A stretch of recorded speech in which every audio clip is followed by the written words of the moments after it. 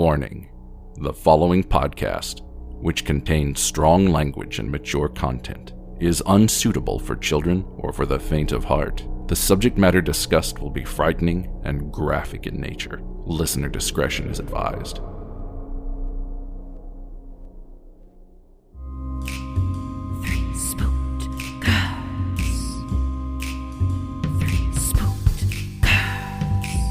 When you wanna hear about the paranormal, you get the Spooked Girls. True crime that makes you hypothermal. With the 3 Spooked Girls. Stabby snippets will give you dreams. Tara and Jessica will make you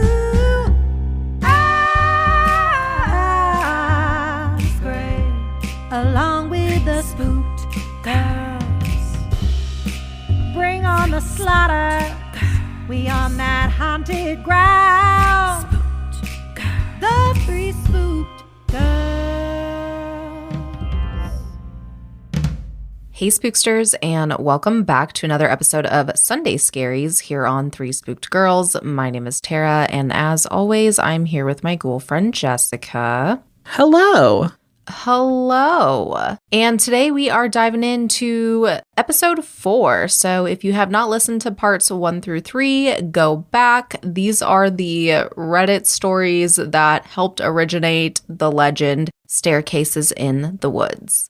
I'm a search and rescue officer for the U.S. Forest Service, and I have some stories to tell, part 4. Hey guys, I'm back from my training op, and I have a lot of interesting stories to share with you. I've got enough that I'm going to break them up into 2 parts, this being the first. I'd love to put them all in one entry, but I just haven't had a chance to write them all down yet. I didn't have anything too crazy happen while I was out there, but we did have one incident with a rookie that I found relevant. Since I'm sure you guys have been waiting for these, I'll get right into the stories. I'll assign each batch of stories to the person who told them to me. First one is Katie. Katie's a vet who's been an SAR officer for about 15 years. She specializes in high-elevation mountain rescues and is widely considered one of the best in her field. She was one of the more enthusiastic storytellers, and since we were together a fair amount during exercises, she ended up telling me about 4 that really stuck with me. The first she told me in response to my asking her about her most traumatic calls. She shook her head and told me that really bad calls happen more frequently on the mountain since the potential for nasty accidents is higher. About 5 years ago, one of the parks she worked at had a string of disappearances. It was a bad year, she said, one of the worst on record as far as weather went. They were getting about a foot of new snow every couple of days, and there were few avalanches that killed some climbers. They warned people about staying on the mapped areas, but of course there's always those who don't listen. In one particularly nasty case, an entire family got wiped out because the father decided he knew better than the officials and took them out into an area that wasn't safe. They were snowshoeing and, as best as Katie could figure, they walked onto a shelf of snow that looked solid but actually wasn't.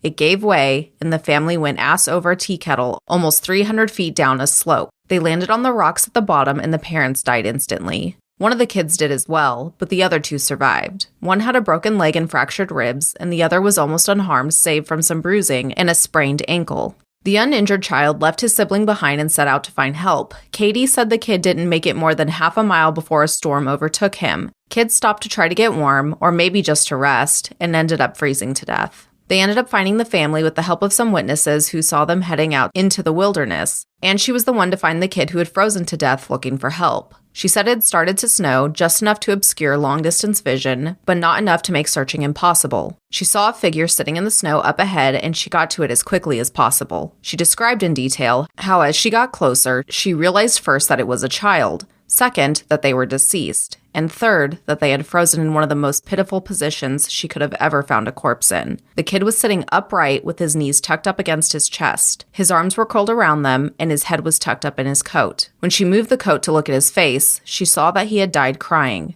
His face was twisted, and the tears were frozen to his cheeks. She said it was painfully obvious that the kid was terrified when he succumbed to hypothermia, and, as a mother, it broke her heart. She told me repeatedly that she hopes the father is burning in hell as we speak. The other traumatic story she told me that stood out in my mind was one that happened when she was a rookie. Her team got a report of an experienced climber who hadn't come home the previous day. His wife was convinced that something bad had happened because he had never failed to come home on time. They were out looking for him and had to climb what sounded like some very technically challenging parts of the mountain. They got to a relatively flat area and Katie started seeing blood in the snow. She followed the trail, and as she went, she started seeing the bits of tissue. She wasn't sure exactly what body part it had come from, but the farther she followed it, the more there was. She followed this blood and tissue trail up to a sheltered area under a cliff face, and she finds the climber. She said that there was so much blood, so much more than she had ever seen before. He was lying face down, one arm stretched in front of him as if he had died crawling. She looked closer and sees that he had been partially disemboweled, which is where she had seen the tissue come from. The guy had an ice pick tucked into a hip holster and it was covered in blood. Of course, they'll never be for sure exactly what happened, but she said as best as she can figure, this is what went down. The guy had been attempting to climb up to the next area and had been using his ice axe to ascend. He probably hit a loose patch and had fallen. On the way down, or possibly when he landed, he gotten impaled by the axe and had disemboweled himself. He drug himself along, tearing pieces of himself out as he went, and had died under the cliff face. She wasn't terribly bothered by the gore, but I guess a few of the guys who'd came to help her remove the body threw up when they turned him over and found a good portion of his intestines spilled out. I mentioned to her that I was interested in hearing about any experiences she had with people completely disappearing. Her eyes light up and she leans in closer to me. Want to hear a real doozy, she asks. She tells me about how, when she first started, there was a case that got a lot of attention in the media. The family had been out berry picking in the area of the forest very close to the entrance of the park. They had 2 little boys, both under the age of 5, and at some point during the day, one of them vanishes. There was an absolute massive search, and they find absolutely nothing. It was another one of those cases where it was like the kid was never there in the first place. The dogs just sit around and don't pick up on anything. No traces of the kid is found. The search goes on for about 2 months, but eventually is called off. Fast forward to 6 months later. The family comes back to place flowers at the memorial that's been set up for the kid. They bring their other son. While they're placing the flowers, they lose sight of the kid for about 3 seconds, and in that span of time, he vanishes into thin air. Now, obviously, the parents are beyond devastated. It's awful enough to lose one child, but to lose 2 is beyond imagining. The search is huge, one of the largest in state history. There's about 300 volunteers combing every inch of this park looking for this kid.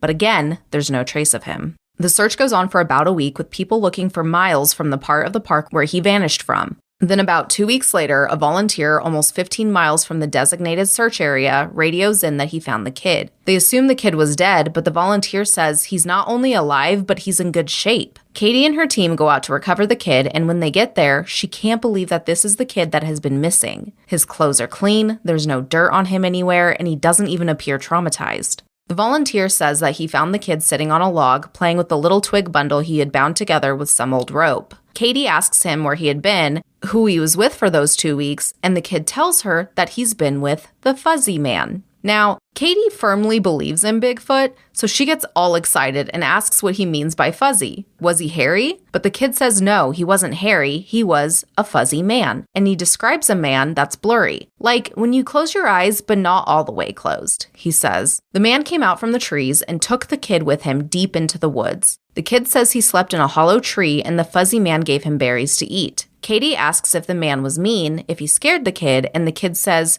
"No, he wasn't scary, but I didn't like how he didn't have eyes." Katie says that the kid gets back to headquarters and a cop takes him to town to talk to him more about what had happened. She's friends with the cop that talked to him, and she said the kid described being kept in this tree by the fuzzy man and given berries whenever he was hungry. He was allowed to wander around a very specific clearing, but when he tried to go further, the fuzzy man would get mad and yell really loud, even though he didn't have a mouth. When the kid got scared at night, the fuzzy man made it go brighter and gave him the twig bundle. He said the fuzzy man was going to keep him, but he had to let him go because the kid wasn't the right kind. He either can't or won't elaborate more on that. The cops just sort of left scratching their heads, and the search for his brother is renewed with no results. The kid has no idea where his brother might be, and they never find him.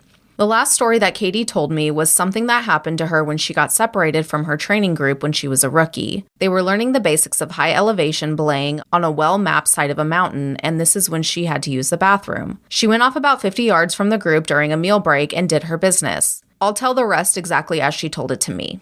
So I go up to take a piss, and once I'm done, I start going back to the group. But I've only gotten about 5 feet when I realize I have no idea where I am. And this wasn't I got turned around and lost. I mean, I literally had no fucking clue where I was at. If you'd asked me, I didn't even think I'd be able to tell you what state we were in. It was sort of how I imagine people with amnesia feel, you know? You're completely lost and you have no idea what to do. So I stood there for a while, just trying to figure out where the fuck I was and what I was supposed to do. But the longer I stand there, the more confused and turned around I get, so I start walking. As I recall, I just picked up a random direction and went for it. And as I'm walking, it's just getting worse and worse to the point where I have no concept of why I'm on the mountain in the first place. I'm just trudging along through the snow, and that's when I start to hear this voice. It's kind of inside my head almost. Like if a frog could talk, all low and croaky, and it's just telling me over and over, it's okay, you just need to find something to eat. Find something to eat and you'll be okay. Just keep walking and find something to eat. Eat, eat. So I start looking around for what I can eat, and I swear to God, I've never felt that hungry in my whole life. It was bottomless, and I think I'd have eaten just about anything you put in front of me right then. I had no concept of time, so I had no idea how long I'd been out there when I hear an actual voice coming towards me. I go towards it and see one of the other SARs, and he looks fucking terrified. He's running towards me and asking if I'm okay and what the hell I was doing out here. And the scary thing was, as he's running towards me, I kind of see myself reaching into my belt looking for my hunting knife. I'm not even really thinking about what I'm doing, but what I am thinking is that I have to eat. And if I don't eat, I'm never going to be okay again. So I just have to eat. He sees me do that and he starts to back off right away. He yells at me to put my knife away, that he's not going to hurt me, and that kind of snaps me back. All of a sudden, I know exactly where I am, and I put the knife away. I run to him and ask how long I had been gone, thinking he'll tell me I'd been gone for a half an hour or so, but he tells me I've been gone for 2 fucking days. I'd gone over 2 peaks and ended up almost on the other side of the mountain, and if I had kept going, I would have ended up wandering into about 300 miles of wilderness. They'd have never found me. He can't believe I'm not dead, and of course, I don't know what the fuck to think. To me, no time had passed at all. I don't say anything. I just go back with him to a rendezvous point, and I'm taken back to HQ to be airlifted to the hospital. When I get there, they do all sorts of tests and try to figure out what had happened. As best as they can guess, I had some kind of weird fugue state, which is kind of like amnesia, or a weird seizure that knocked my brain out of whack. But the truth is, we really don't know. It's never happened again, but I'll tell you, ever since then, I never go out there alone. People rag on me for making them come with me when I have to leave the group, but I just tell them that listening to me piss in the snow is better than losing me for 2 fucking days or freezing on the mountain. The next person I talked to was EW, a former trainer who now works as an EMT. He comes to ops like this to help out, but he doesn't work full-time for us anymore. He specializes in finding lost kids, and he just seemed to have a sixth sense when it came to knowing where they had gone. He's a legend among the other senior vets, but he gets embarrassed if you compliment him on his work. He sat down with me at dinner one evening, and we ended up swapping stories. Most of them were casual, but when we got on the subject of weirder calls, I mentioned that I had had a buddy who had gone up a set of stairs. He got kind of quiet and asked me if I had heard of a little boy who disappeared from his park a few years back. I hadn't, so he told me the story.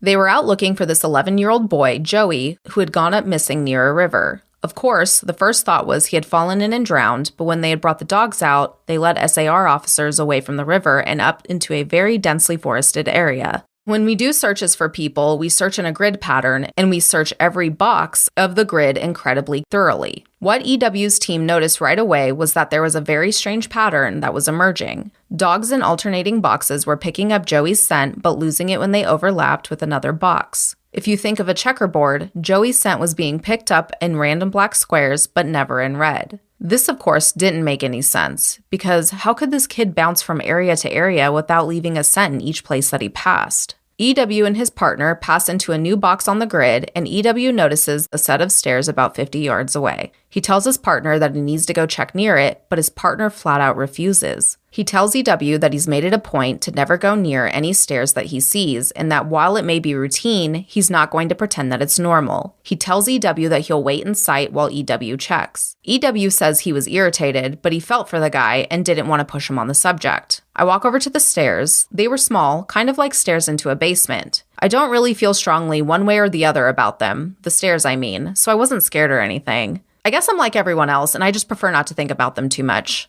Anyway, I went over and I could see that there was something lying on the bottom step, sort of curled up. My heart sinks because of course you always hope for the best. And we were confident that we'd find this kid alive because he had only been missing for a few hours. But I knew right away that it was him and that he was dead. He was curled up into a little ball on the step holding his stomach. It looked like he had been in horrible pain when he died, but I don't see any blood, except for on his lips and chin. I radioed that I had found him and we got his body back to command. That poor family, they were devastated. The parents couldn't understand how he'd be dead because he had only been gone for such a short amount of time, and on top of that, we didn't have any obvious cause of death, which seemed to make it worse. I figured he had probably eaten something poisonous since he was holding his stomach when I found him, but I didn't want to guess. It's hard enough to hear that your kid is dead, let alone some stupid SAR guy guessing what had happened. They took him away, and I went home and tried not to think about it. I hate finding dead kids, man. I love this job, but it's one of the reasons I left. I've got 2 daughters, and the thought of losing them that way just...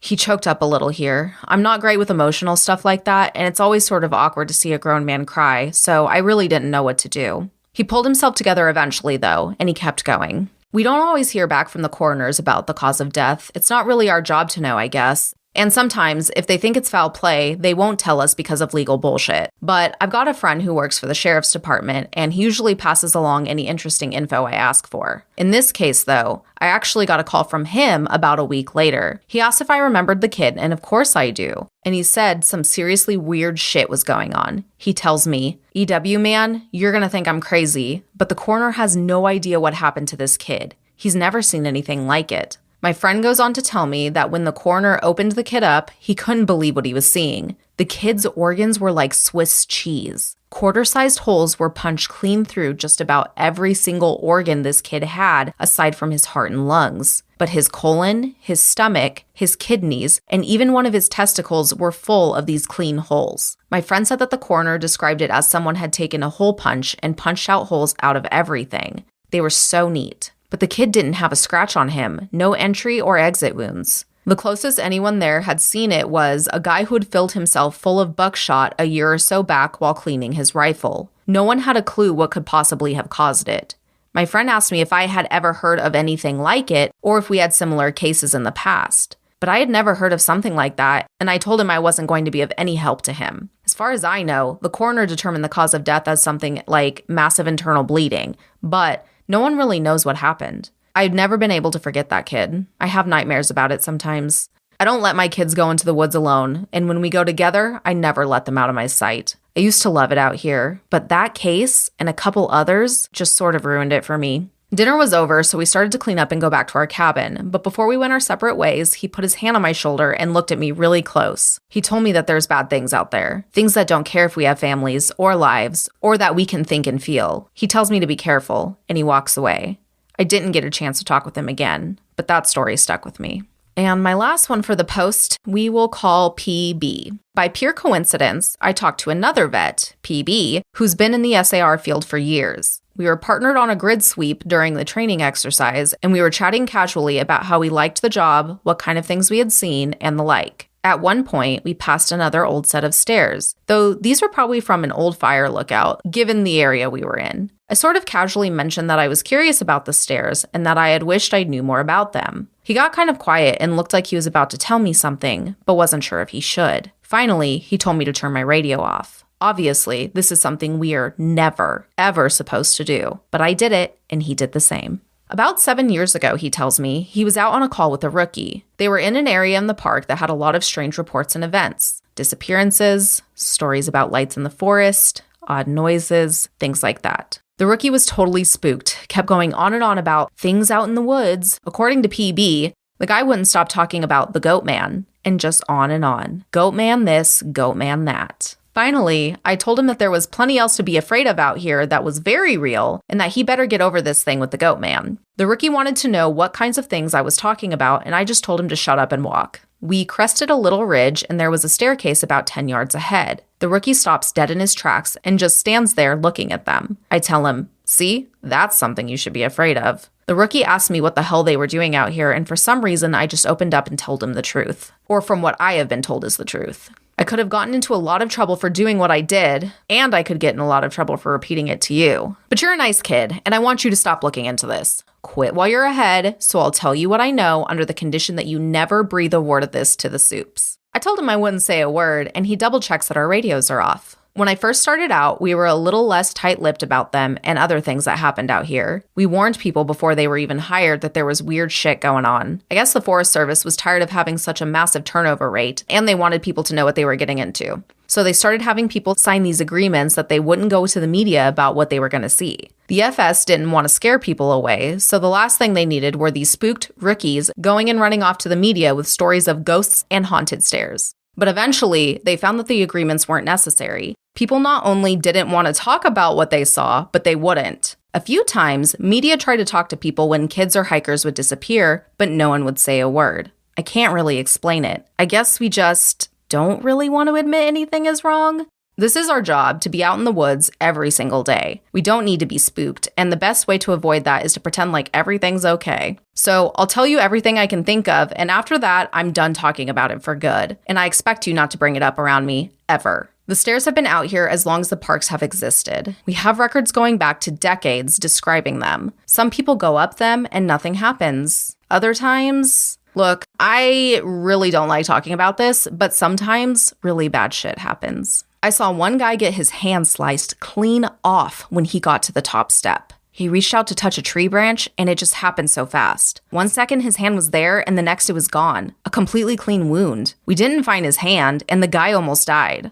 Another time, a woman touched one area of the stairs, and a blood vessel in her brain exploded. Literally exploded, like a water balloon. She sort of stumbled down and came over to me, and all she got out was, "I think something's wrong with me," and she dropped like a sack of flour, dead before she hit the ground. I'll never forget the way the blood leaked from inside her eyes. Before she died, I watched it turn red, I watched it happen, and there wasn't a single thing I could do to help. We warn people not to go anywhere near them, but there's always at least one idiot who does. And even if nothing happens to them, something bad always happens. Kids go missing as we're on their trail. Someone dies the next day, cut in half in a completely safe part of the park. I don't know why, but something bad always happens. I don't know exactly why they're out here, but it doesn't matter. They're here, and if we're smart, we'd tell our new officers exactly what they're capable of. We're both a little quiet for a while. I was afraid to talk again because I wasn't sure if he was done. He looked like he wanted to say something else. Finally, he spoke up again. Have you ever noticed how you can't find the same ones twice? I nod, expecting him to continue, but he just stays quiet, walking alongside me, and eventually he started a story about the biggest deer he had ever seen in the park.